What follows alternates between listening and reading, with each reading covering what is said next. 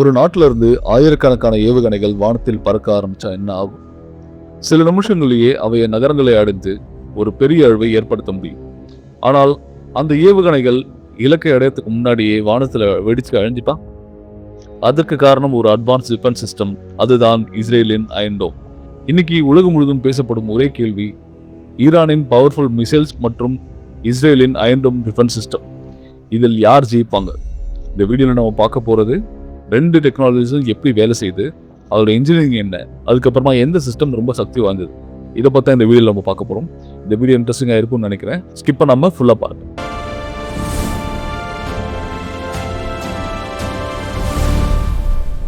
இந்த modern day warfare டோட்டலாக மாறிடுச்சு.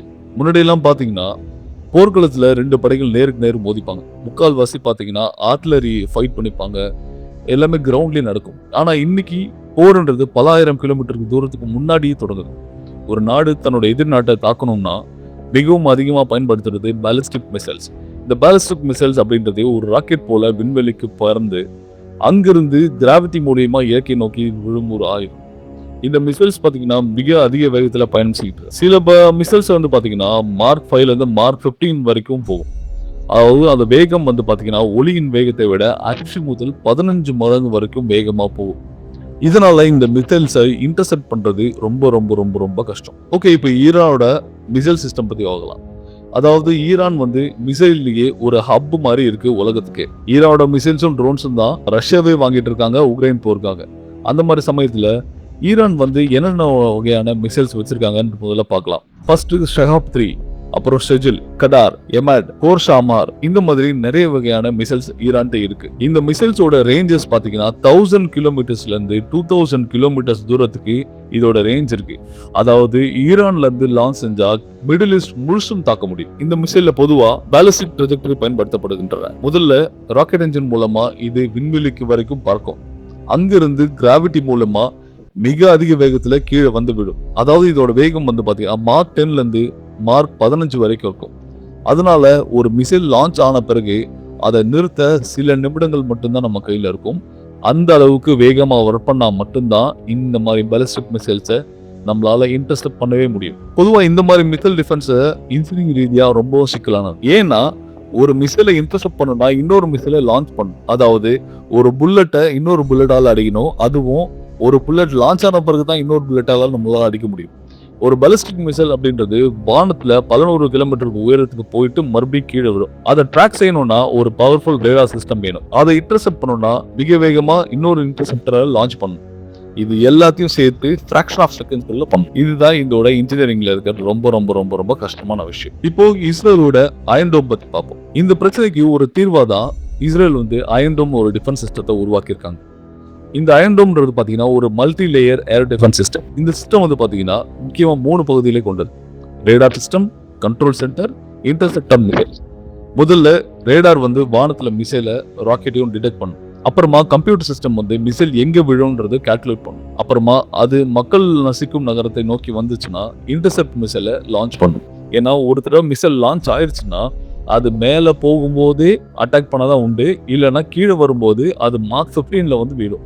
அப்போ உங்களுக்கு அட்டாக் பண்றதுக்கு டைம் ரொம்ப ரொம்ப ரொம்ப ரொம்ப கம்மியா. அயன் டோம் சிஸ்டம்ல பயன்படுத்துற இன்டர்செப்டார் மிசைல் டாமிர் இன்டர்செப்டார் அப்படின்னு அழைக்கப்படுது. இந்த மிசைல்ல ரொம்ப அட்வான்ஸ் டெக்னாலஜி இருக்குது.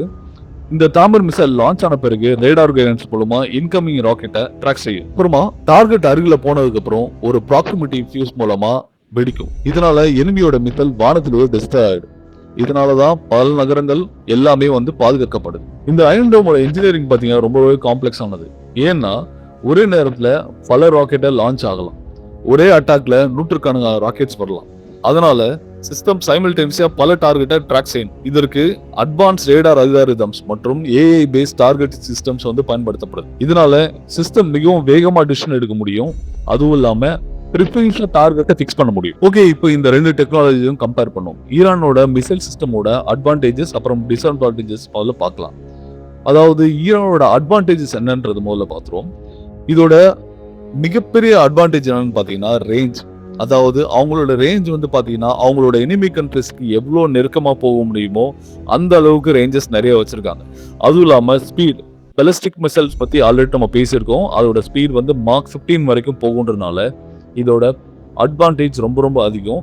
அவங்களால லோ காஸ்ட்ல அதிகபட்சமா நிறைய மிசைல்ஸை வந்து லான்ச் பண்ண முடியும். அதுவும் இல்லாமல் ஹெவி வார்ஹெட், அதாவது அதோட கேப்பபிலிட்டி, அந்த வார்ஹெடோட கேப்பபிலிட்டி பார்த்தீங்கன்னா ரொம்ப ரொம்ப ரொம்ப அதிகம். அதன் மூலியமா பெரிய அளவிலான ஒரு ஆயுதத்தை கொண்டு வந்து அவங்களோட சிட்டிஸ் மேல போட முடியும்.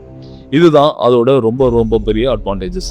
டிஸ்அட்வான்டேஜஸ் என்னன்னு பார்த்தீங்கன்னா, லான்ச் லொகேஷன் வந்து ரொம்ப சீக்கிரமா டிடெக்ட் ஆயிடலாம். இன்டர்செப்ஷனோட பாசிபிலிட்டி பார்த்தீங்கன்னா ரொம்ப ரொம்ப சீக்கிரமா வந்துச்சு. இதுக்கு 2 விதமான காரணங்கள் இருக்கு. ஒண்ணு, அவங்களுடைய ரேடார் சிஸ்டம், அதாவது இஸ்ரேலோட ரேடார் சிஸ்டம் வந்து ரொம்ப ரொம்ப ரொம்ப எஃபிஷியன்ட்டா இருக்கு. இவங்க லான்ச் பண்ணும்போதே அதை டிடெக்ட் பண்ணிடுறாங்க. அப்புறமா இன்டர்செப்டாருக்கு வந்து பார்த்தீங்கன்னா, இவங்களுக்கு அயர்ன் டோமும் இருக்கிறதுனால அவங்களால ரொம்ப எஃபிஷியன்ட்டா அதை யூஸ் பண்ண முடியும். இப்போ அயர்ன் டோமோட அட்வான்டேஜஸ் முதல்ல பார்க்கலாம். ஓகே, 90% ஆஃப் அக்யூரசி ரேட் வச்சிருக்க ஒரே அட்வான்ஸ் சிஸ்டம் எதுன்னு பார்த்தீங்கன்னா அயர்ன் டோம் தான். அப்புறமா அட்வான்ஸ் ரேடார் ட்ராக்கிங் சிஸ்டம், அது இல்லாம ஆட்டோமேட்டிக் டார்கெட்டிங் சிஸ்டம், இது எல்லாமே அவங்களோட அட்வான்டேஜஸா இருக்கு. ஓகே, எப்பவுமே அதிக அளவு அவங்களுக்கு த்ரெட் இருக்கிறதுனால இது எல்லாமே அவங்க ஆர்டிஃபிஷியல் இன்டெலிஜென்ஸ் யூஸ் பண்ணி அதை அட்வான்ஸ் லெவல்ல வந்து பில்ட் பண்ணி வச்சிருக்காங்க. இதோட டிஸ்அட்வான்டேஜ் என்னன்னு பார்த்தீங்கன்னா, ஒவ்வொரு இன்டர்செப்ட் மிசைலுக்கும் அதிக செலவாகும். அதாவது ஒரு டாமர் இன்டர்செப்டாரோட செலவு வந்து பாத்தீங்கன்னா $40,000 $1 லட்சம் வரைக்கும் போகும். அதாவது அந்த டார்கெட் வந்து பாத்தீங்கன்னா ரொம்ப ரொம்ப ரொம்ப ரொம்ப சீப்பான ராக்கெட்டா இருக்கலாம். உதாரணத்துக்கு நம்ம ஈரானோட ட்ரோன்ஸ் வச்சுக்கலாம். ஈரானோட ட்ரோன்ஸோட காஸ்ட் வந்து பாத்தீங்கன்னா வெறும் $20,000 தான். அதுக்கு நீங்க ஒரு $1 லட்சம் மதிப்புள்ள ஒரு டிஃபென்ஸ் சிஸ்டத்துல இருக்கிற மிசைல் வச்சு அடிக்கணும். உங்களோட காசு ரொம்ப சீக்கிரமா செலவாயிரும். இதனால எக்கனாமிக்ல இது ஒரு பெரிய சேலஞ்ச் தான். ரியல் காம்பேட் பெர்ஃபார்மன்ஸ்ல அயர்ன் டோமோட சிஸ்டம் வந்து பல ரியல் கான்ஃபிளிக்ட்ல பயன்படுத்தப்பட்டிருக்கு. பல ரிப்போர்ட்ஸ் படி இந்த சிஸ்டம் வந்து 90% ஆஃப் இன்டர்செப்ஷன் சக்சஸ் ரேட் இருக்கு. அதாவது லான்ச் செய்யப்பட்ட ராக்கெட்ல பெரும்பாலானவை வானிலேயே டெஸ்ட்ராய் செய்யப்பட்டிருக்கு. இதனால பெரிய அளவிலான நகர அழிவுகள் தவிர்க்கப்பட்டிருக்கு. ஆனா ஃபியூச்சர் வார்ஸ் டெக்னாலஜி அட்வான்ஸ்டா இருக்கு. Hypersonic missiles, manoeuvrable reentry vehicles, AI guided weapons, இதனால தான் ஃபியூச்சர் டிஃபென்ஸ் சிஸ்டம் இன்னும் அட்வான்ஸ்டா இருக்கணும்னு நினைக்கிறேன். ஓவராலா கண்ட்ரோல் பண்ணணும்னா இன்னைக்கு தேதிக்கு மிசைல் டெக்னாலஜி அண்ட் டிஃபென்ஸ் சிஸ்டம்ல ஒரு பெரிய டெக்னாலஜி காம்படிஷன் உருவாகி இருக்கு. ஒரு நாடு பவர்ஃபுல்லா மிசைல் உருவாக்கும், இன்னொரு நாடு அதை இன்டர்செப்ட் பண்றதுக்கு ஒரு டிஃபென்ஸ் சிஸ்டம் உருவாக்கும். ஈரானோட மிசைல்ஸும் இஸ்ரேலோட டோம்ஸும் இதற்கு பெரிய எக்ஸாம்பிள். ரெண்டுமே சம அளவு பலம் உள்ளது. போரின் எதிர்காலம் மனிதர்களால் மட்டுமல்ல, அட்வான்ஸ் டெக்னாலஜி மற்றும் இன்ஜினியரிங் மூலமா தீர்மானிக்கப்படுது. போர்கள் எப்பவுமே தேவையில்லாதது நான் நம்புறேன். இருந்தாலும் ஒரு சில போர்கள் வந்து தேவைப்படுது. இந்த போர்கள் பத்தி உங்களுடைய கருத்துக்களை கமெண்ட்ல சொல்லுங்க. இந்த வீடியோ உங்களுக்கு பிடிச்சிருந்தா கமெண்ட் பண்ணுங்க, லைக் பண்ணுங்க, உங்க ஃப்ரெண்ட்ஸ் அண்ட் ஃபேமிலிக்கு ஷேர் பண்ணுங்க. இன்னொரு வீடியோ உங்களை பார்க்குறேன். அது வரைக்கும் பை.